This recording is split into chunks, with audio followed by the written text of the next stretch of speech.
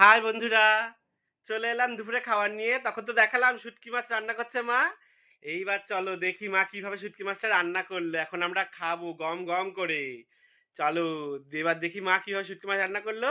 চলো তোমাদের দেখাই, তোমাদের না দেখালে একটুও ভাল লাগে না। সে শুটকি মাছ খাই আর মাংস খাই। চলো এখন শুটকি মাছ, শুটকি মাছ তো জানি প্রচুর লোকের প্রিয়। চলো তোমাদের দেখাই বন্ধুরা।